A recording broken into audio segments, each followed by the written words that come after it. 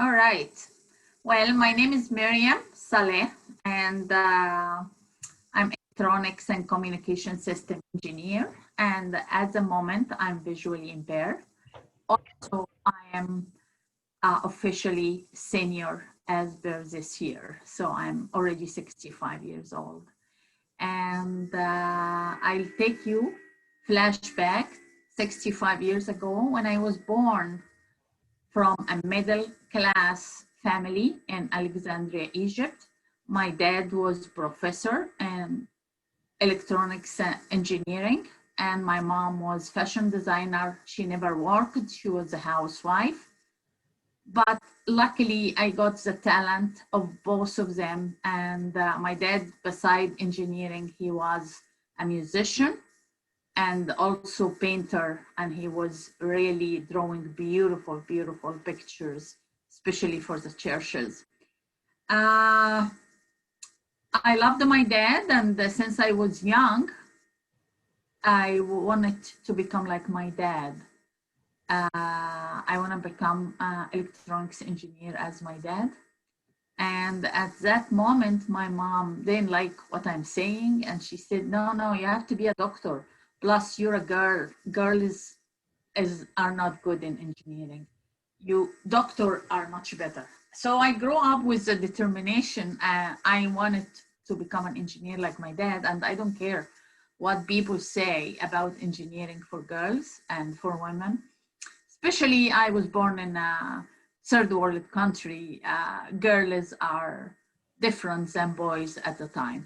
So anyhow, I was growing up in my mind, I have to be an engineer like my dad, including high school. I was always saying that, and everybody was against me on that.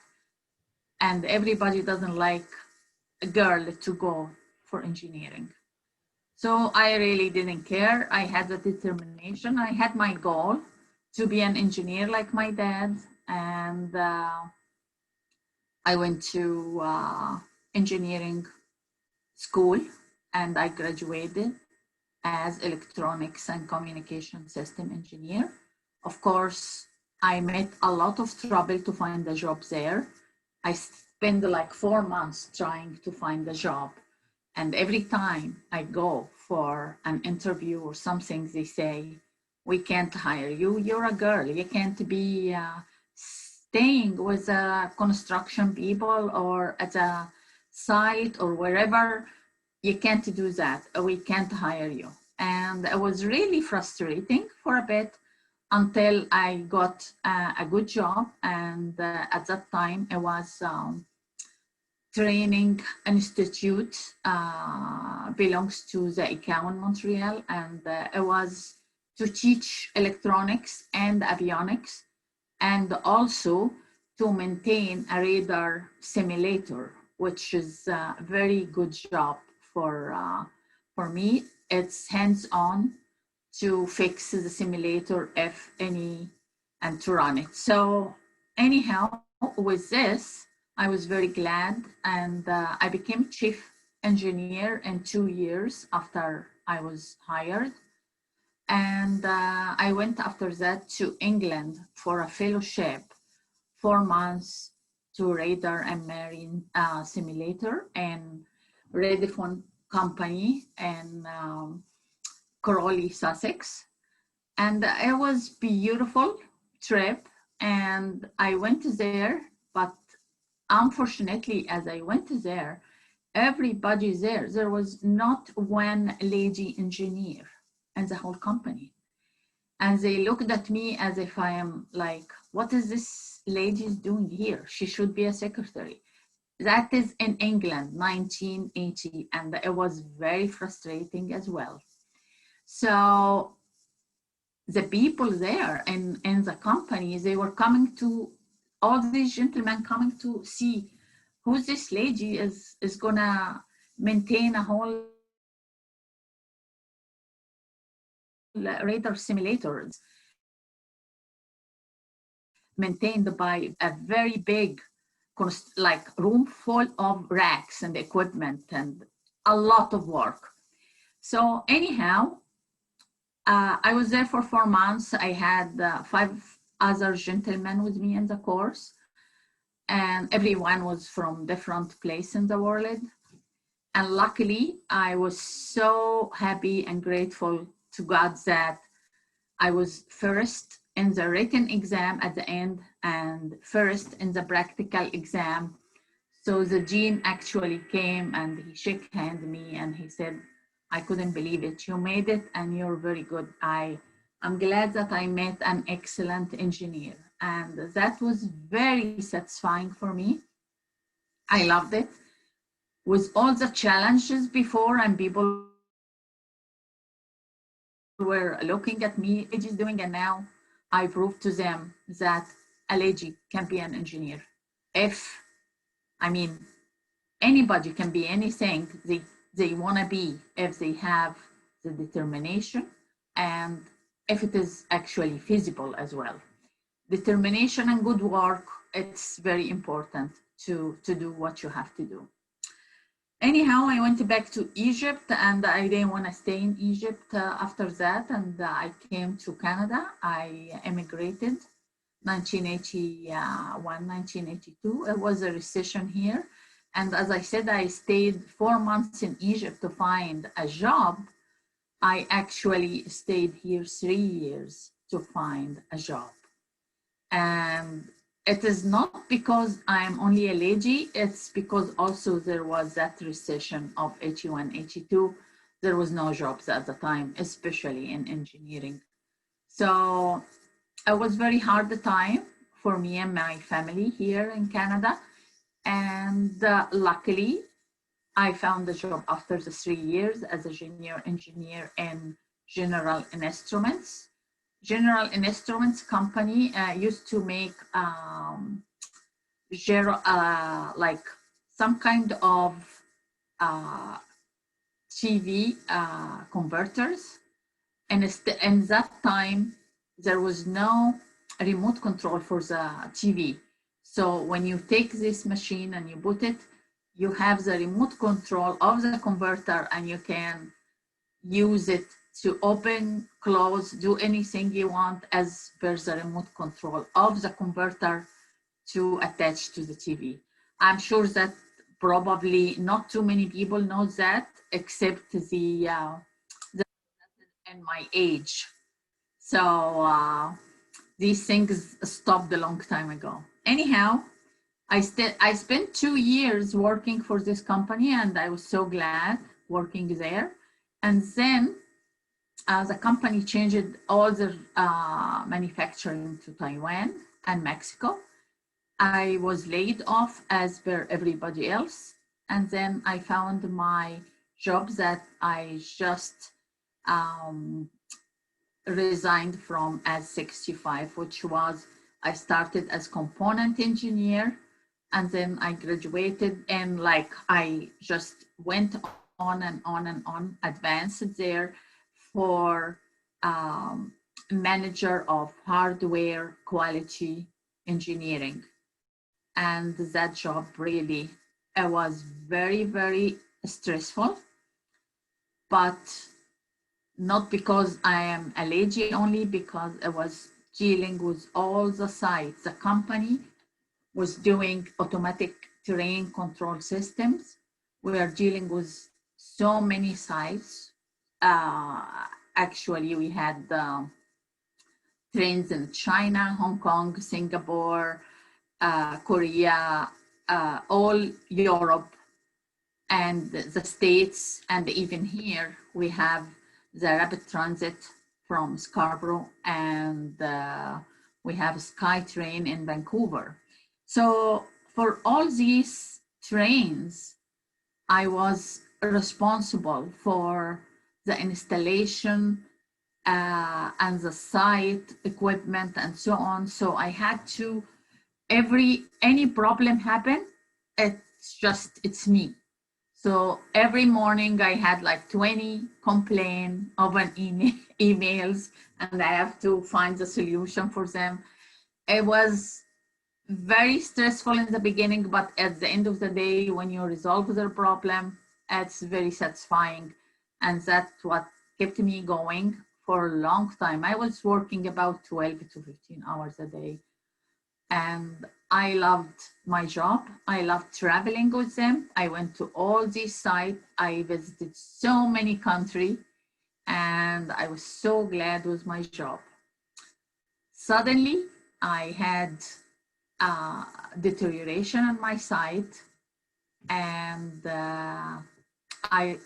I have a disease now. It's actually genetic disease from my dad. It's called rods and cones dystrophy, and that attacks the retina. And in the beginning, I couldn't see at night, but then later on, colors, especially the colors that are similar, they are all blend together. And then after that, I couldn't actually read. I was 56 years old when I couldn't read. And I told human resources, and they told me, it's okay, we can get you things to read for you and so on. And they already themselves talked to CNIB, and they got me all the equipment, and my computer was talking to me and everything. So I was there for another year.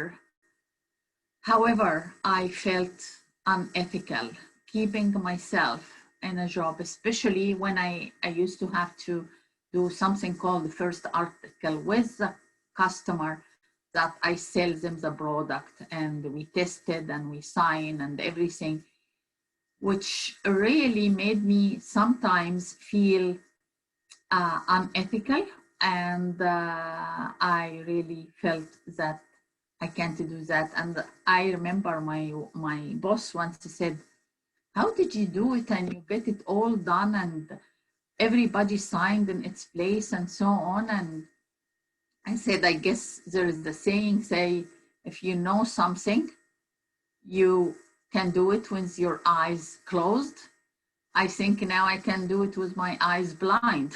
And everybody was really laughing at my work, but I couldn't do that for long. It was only 1 year. And one more time I was with a customer, and I invited them for a dinner after we finished everything. And it was in Hong Kong in Chatain office and the hotel. And I know that Chatain has a very nice cafeteria there that is really shining and light and everything. And I asked them for a special sitting in that cafeteria. And I was really upset when they put me in a very dark room with all the customers. They think that they made it very nice for us. So I was really worried about the wine, if I spill the wine. And so many times I had the fork in the plate, it took nothing, and I put it in my mouth because I didn't know that there is no food on the fork. So I was really thinking after, what is the customer going to say if they saw that? And I hope that they didn't see it because it was so dark.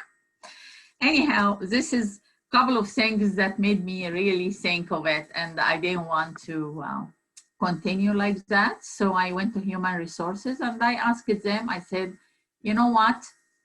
That's it for me. I'd like to retire early, and I don't think I can do it anymore. If you guys have any question or whatever, you can always ask me when I'm at home, but I don't want to take this responsibility doing things and signing things while I can see.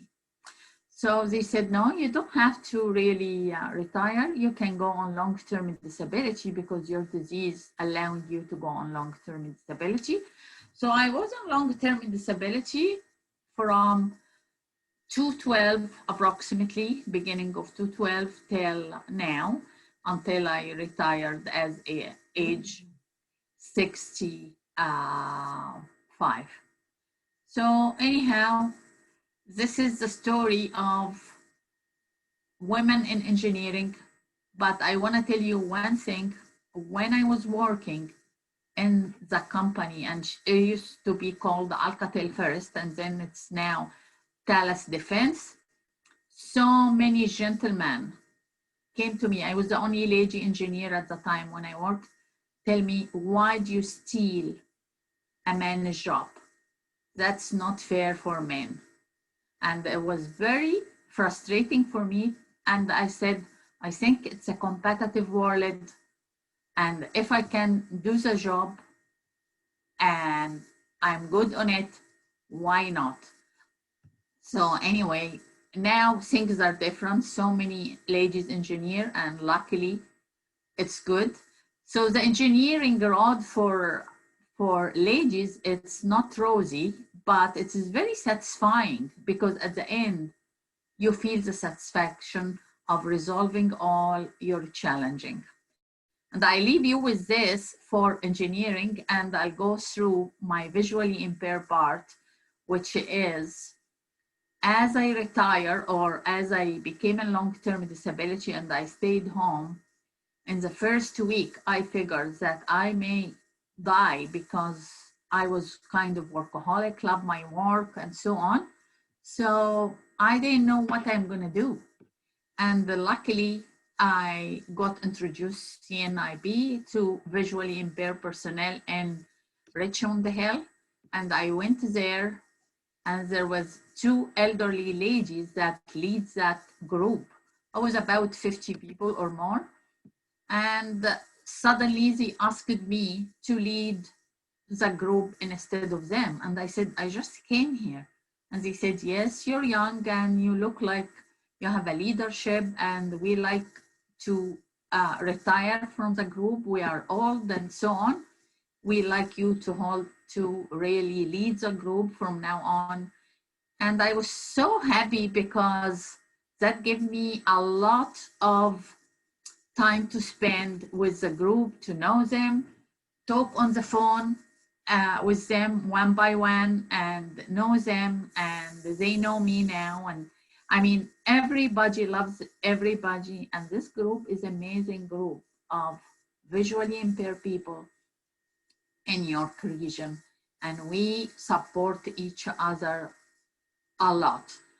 The support is amazing. We have meetings, we have audio book clubs, and we do some cruising in Lake Ontario. This year we can't, but we couldn't. But really, it happened most of the years. We go for lunches and cruise at Lake Ontario, and once we went to Very Sound, 30,000 island cruise line, and so on. It's beautiful, and everybody loves everybody there, and we support each other. And I can tell you a few things from the support and how we support each other. Like if someone knows how to do a cooking with a special method or a trick for cooking or a trick for cleaning, or how to be completely independent. And it was amazing how we help each other. For instance, I told you I just came back from the cottage. I was there most of the time by myself, and there is no neighbors and anybody I can tell or I can see. And I'll tell you why or how I did that by myself much easier, because I have a great family and they always have to help me to be independent. So actually my son built a rope for me from the cottage till the dock.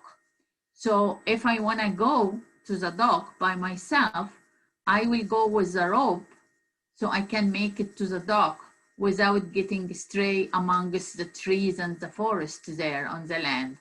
So that was amazing. And it helped me a lot of doing that every single day. I go to the dock and I knit and crochet. And also he built me another rope to go to the plants so I can water the tomato plants, celery, all kinds of plants I had there. So I was watering them every day with the rope. It was very easy for me to go with the rope and to do things as anybody. The rope was like my eyes to do what I have to do. So tell you one other thing, that is, when I stay long by myself, I have to do something because I can't stay. So you either read an audiobook or listen to music. While I'm doing that, I have to do other things too, because I can't just sit idle. So I knit and crochet a lot. So I have actually taught so many people that has no sight how to knit and crochet. And every year we get together and we give the 360 kids a couple of boxes of hats, scarves, booties, all kind of things that helps these homeless kids. And also we do sometimes blankets for babies, for sick children, hospital, and so on. So truly, if you have a door that closes, usually a window will open, and sometimes the window has much more light than that door that closes.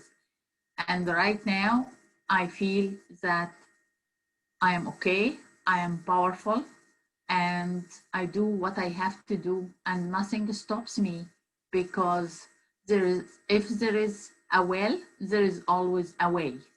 I can go in the forest with the rope, I can arrive to the dock, and I can get to the dock, I can sit on the dock, I can get to the boat, no problem. Yes, I'm blind, but I can do it. And you have the power and invisibility that you're okay and you can do whatever you have to do without any problem. You may find that you need to practice first, and determination and hard work will get you through anything. Okay. Thank you, Mariam. I'm watching the